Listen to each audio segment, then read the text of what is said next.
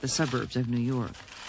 Benjamin Golston, 5, helps get ready for visitors.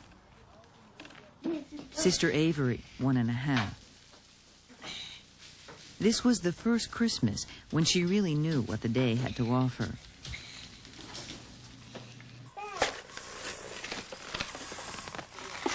Brother Malcolm, 3. Through these 3 children, we can begin to see the powers and limitations of families in shaping young lives, and how the wider world is brought home to children. Special holidays deliver relatives as well as presents, symbols of what to avoid or how to achieve. Where's the basketball? Find the ball, Mal. Uncle Brian is a favorite of the kids. Go get it. Let me see you slam dunk like Michael Jordan. Ooh, hung on the rim. Don't shake hands with him. Come here. Brian had received a commendation for lifting an overturned car, single-handed, off an accident victim. Huh? He is a certified hero to the youngsters. Gonna hurt the floor? Mother Anita, a college counselor, makes last-minute repairs to party clothes. Huh? Don't talk with your mouth full. I don't want you to choke. Both parents work long hours, but just as hard at home. Felton, a Xerox repairman, will be cooking much of the day. Children can thrive in many different kinds of loving families, but most children do benefit from the different but complementary contributions of mothers and fathers. What do they get for being my kids? Good question. Well, I would hope that that they get what they need.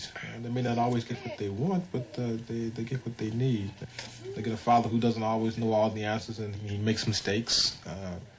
They get a loving family. They get a loving father. And that's the most I can hope for. Mommy! Yes?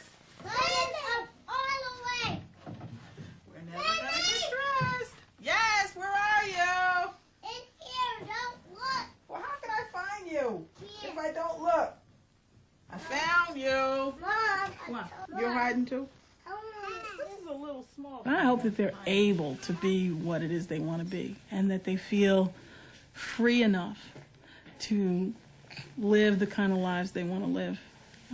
It's very scary to me, particularly for my boys, but certainly for Avery too, that they're growing up in this time when so many young men, particularly boys, are being turned off of the mainstream of things.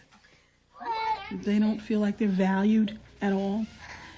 I don't want my sons to go through that. I don't want my daughter to go through that. I want them to always feel like special and important people. Anita's extended family lives close by, a support network for life's sudden emergencies.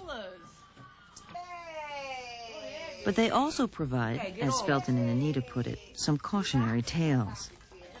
For a time, the father of Cousin Deborah's baby was off looking for work, his return uncertain. Cousin Lori is a single parent. She has to struggle hard to keep her life together. Still, the Golstons try to set examples. He ain't gonna say no more bad words.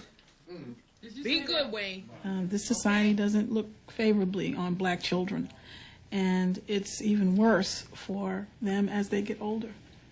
The black teenager is an endangered species, and there's a lot of very scary, life-threatening things waiting for my children. Come here, Mel. Cousin Troy is another favorite of the kids. He's been working hard to finish school, but his environment is full of drugs, and he has hard choices to make. Felton grew up with his own father absent. Now Felton and Anita support each other. And together, in joint activities, at holidays and day by day, they support the kids. Oh, now the butter is a different story.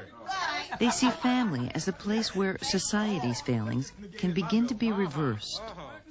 The best that I can do to protect my kids from the dangers around them is to, first of all, teach them who they are, teach them to respect themselves, teach them that they can achieve.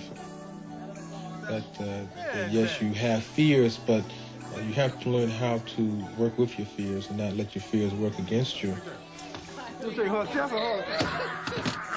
That's a hug, see.